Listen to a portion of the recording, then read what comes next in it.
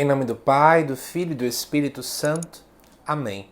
Amados irmãos e irmãs, é com muita alegria que nós estamos aqui para juntos estudar e meditar a primeira leitura que a Igreja nos propõe para esta terça-feira, antes da Epifania do Senhor. A leitura de hoje se encontra lá na primeira carta de João, no capítulo 2, do versículo 29 até o versículo número 6 do capítulo 3. E diz assim: Caríssimos, já que sabeis que ele é justo, sabei também que todo aquele que pratica a justiça nasceu dele. Vede que grande presente de amor o Pai nos deu, de sermos chamados filhos de Deus. E nós o somos. Se o mundo não nos conhece, é porque não conheceu o Pai. Caríssimos, desde já somos filhos de Deus, mas nem sequer se manifestou o que seremos. Sabemos que quando Jesus se manifestar, seremos semelhantes a ele, porque o veremos tal como ele é. Todo que espera nele purifica-se a si mesmo, como também ele é puro. Todo que comete pecado comete também a iniquidade, porque o pecado é a iniquidade. Vós sabeis que ele se manifestou para tirar os pecados e que nele não há pecado. Todo aquele que peca mostra que não viu nem o conheceu. Amados irmãos e irmãs, durante toda esta semana, nós voltaremos o nosso olhar para a primeira carta de João. Já comentei isso no vídeo também da segunda-feira. E aí vamos entender melhor o contexto daqui. Em primeiro lugar, versículo 29, né? Já que nós sabemos que Deus é justo, a palavra justiça na Bíblia, ela remete a fazer de modo pleno a vontade de Deus. Então, ao dizer que Jesus Cristo é justo, nós estamos dizendo, sabemos que Cristo realiza a vontade de Deus. Então, a dinâmica é, já que Deus faz a vontade de Deus, né, todo aquele que também faz a vontade de Deus, nasce dele. Isso é interessante, não é? A gente está passando hoje em dia por uma afronta à religiosidade. A fala é aquela: o que importa é fazer o bem. Não importa se eu vou para a igreja, não importa se eu rezo, o que vale a pena é fazer o bem. Só que já na primeira carta de João, escrita 2000 anos atrás, já se tinha uma crítica a essa visão. Porque diz o quê? Tudo aquilo que é bom nasce do Cristo. Tudo aquilo que nós fazemos de coisa boa, ela tem origem em Deus. Então, em outras palavras, quando alguém, independentemente da sua crença religiosa, realiza uma ação boa, saiba que a origem dessa ação boa não é porque aquela pessoa tem um coração bom. Porque, na verdade, todos nós temos uma inclinação ao pecado.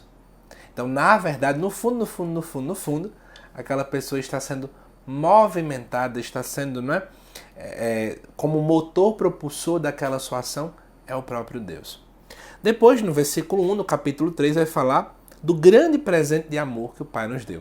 É interessante isso, a gente está no início de um ano novo e quantas preces a gente faz, quanta coisa a gente agradece, quanta coisa a gente fica planejando para o próximo ano e esquecemos de um grande presente que recebemos. E eu vou dizer mais, não é um presente, é um dom.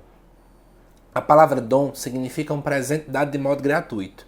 E com efeito, esse presente que fala aqui é um presente nos dado de modo gratuito. A gente não pagou nada para receber ele. Ok? E esse presente é a graça de sermos filhos de Deus. Filhos no Filho.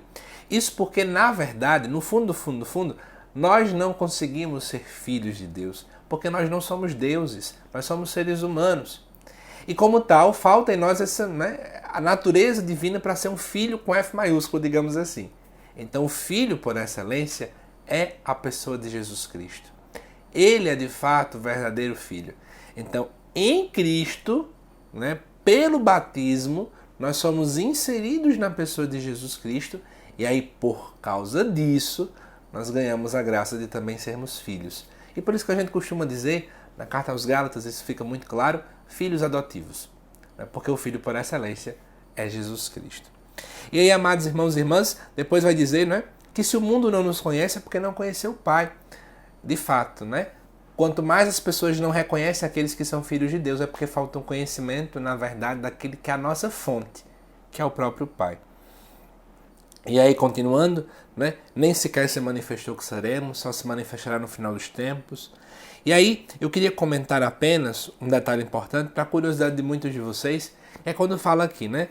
Todo que comete pecado, comete também a iniquidade, porque o pecado é a iniquidade. Depois ele fala, né, que todo aquele que peca mostra que não viu nem o conheceu. Quero chamar a atenção sobre isso. Em primeiro lugar, o que é iniquidade na Bíblia? Iníquo é uma pessoa que se apega ao pecado e está nem aí mais com ele. Alguém que relativizou, que se acostumou com o pecado. Então por isso que ele fala, né?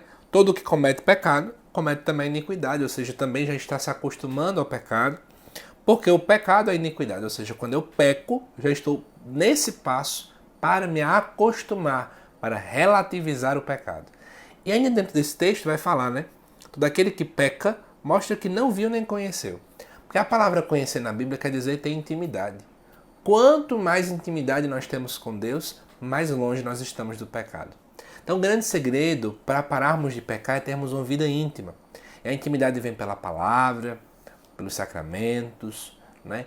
Pela convivência fraterna com os irmãos, pela vida de oração, pelo observar os sinais dos tempos, que nós possamos, né, buscar uma vida íntima ao Senhor. Se nós somos filhos, por que não recorrer à intimidade com o Pai?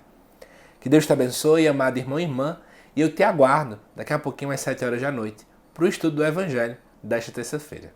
Até lá!